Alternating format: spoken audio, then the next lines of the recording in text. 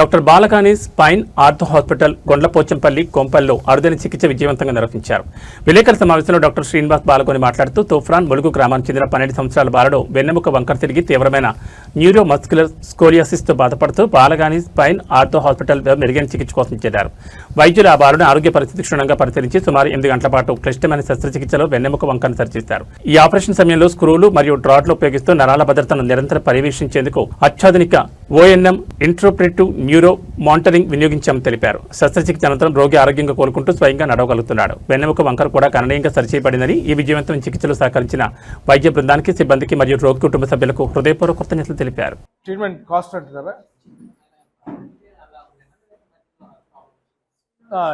చిన్నప్పటి నుంచి ఆయన కొంచెం స్టార్ట్ అయింది మజిల్ వీక్నెస్ వల్ల. బట్ గుడ్ మార్నింగ్ అండి, నేను doctor Srinivas Balagani, orthopaedic spine surgeon, doctor Balagani spine and ortho hospital Kompally.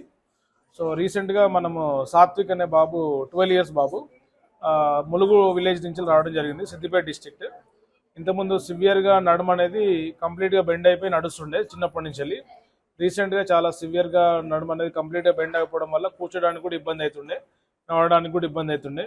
So దానికోసమని మనం ఎవాల్యుయేట్ చేసి దీన్ని న్యూరోమస్క్యులర్ స్కోలియోసిస్ అంటాము. నడుము అనేది కంప్లీట్గా మజిల్స్ వీక్ ఉండడం వల్ల ఒక సైడ్ బెండ్ అవ్వడం జరిగింది. సో దీనికి ఆపరేషన్ ఆల్మోస్ట్ 5 days బ్యాక్ చేసినాము. 8 hours పట్టింది సర్జికల్ టైము.